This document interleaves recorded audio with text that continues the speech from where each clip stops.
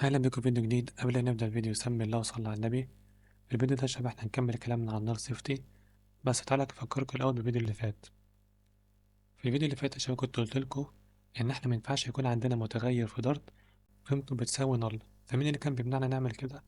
اللي كان بيمنعنا هي النل سيفتي. فأنا مثلا هنا كان عندي متغير مكنتش مديله قيمة، فأنا كنت محتاج أعرف النل سيفتي إن المتغير دوت ممكن يشيل قيمة من نل ممكن لأ، فاستخدمت علامة استفهام اللي بتخليني أعمل كده. بس في مازال احتمالية إن نمبر 1 دوت ممكن يشيل قيمة مضلة فعلا، فأنا كنت محتاج أتأكد، فحطيته في إيه؟ حطيته في if else. لو كان نمبر 1 دوت ما كانش بيساوي نل، هتعمل الأمر دوت. طب لو كان بيساوي نل فعلا بقى، فحطيت له قيمة وبعد كده حطيته في أمر الجمع وعملت برنت ليف، ولو جيت عملت رن الكود هيشتغل معانا طبيعي جدا.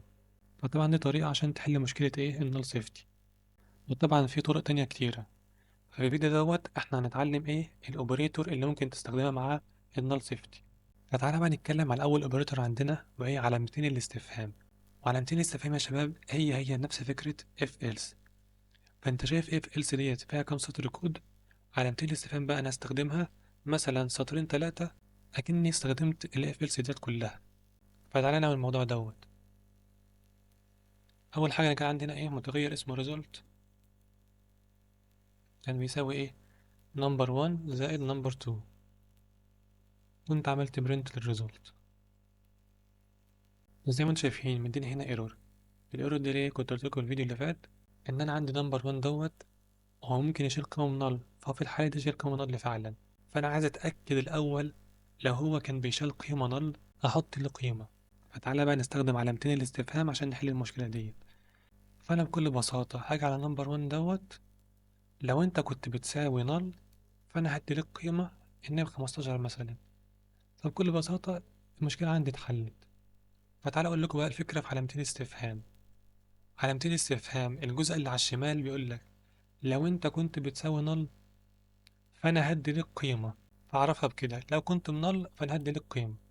بعد كده حطيت نمبر 1 في عملية الجمع وطبعت الريزولت. فلو جيت عملت هنا مثلا رن عمل لي 35.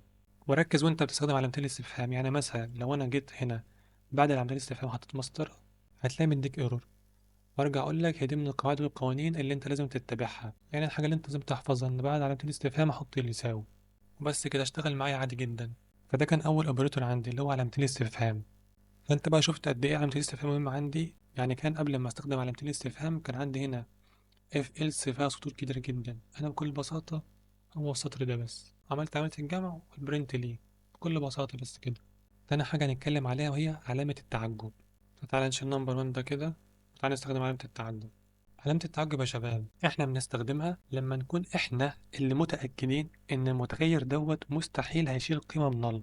يعني كان عندي هنا ايرور.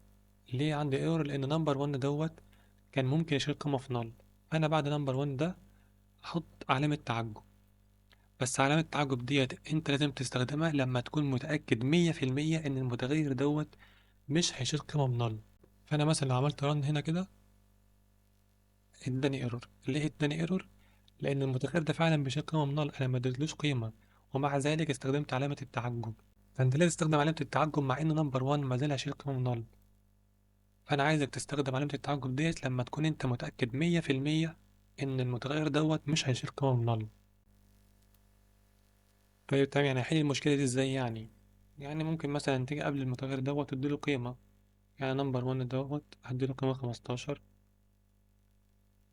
وزي ما انتوا شايفين مداني ورنينج. ليه مداني ورنينج؟ لان انا خلاص ما عدتش محتاج ان انا استخدم علامه التعجب ديت، لان انا اديت له قيمه اصلا. فلو جيت عملت رن هنا كده هيطبع معايا. فانا عايزك تستخدم علامه التعجب لما انت تكون متاكد ان نمبر 1 دوت مش هيشيل قيمه من نل نهائي، تكون متاكد 100%. يعني مثلا نمبر 1 دوت ممكن القيمه بتاعته تكون جايلك من النت وانت استخدمت نمبر 1 دوت في مكان تاني، بس البرنامج مش عارف. فانت لازم تعرف البرنامج ان هو مش هيشيل قيمه من نل فعلا، وانت تكون متاكد ان هو قيمته هتجيله بعدين. وده كان المميز في علامه التعجب. تالت اوبريتور عندنا وهو علامة الاستفهام. فتعالى نستخدم علامة الاستفهام. فأنا جيت قلت لك عايزك تعمل متغير من نوع string، هكتب كلمة string النيم،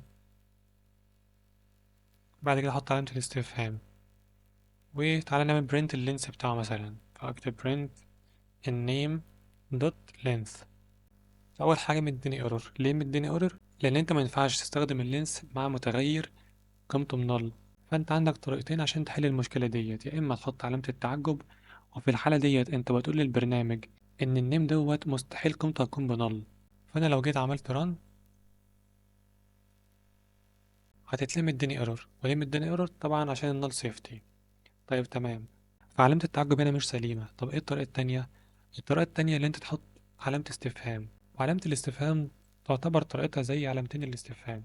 فانت بتقول لو كان المتغير النيم دوت قيمته كانت بنل، ما تعملش الحاجة ديت.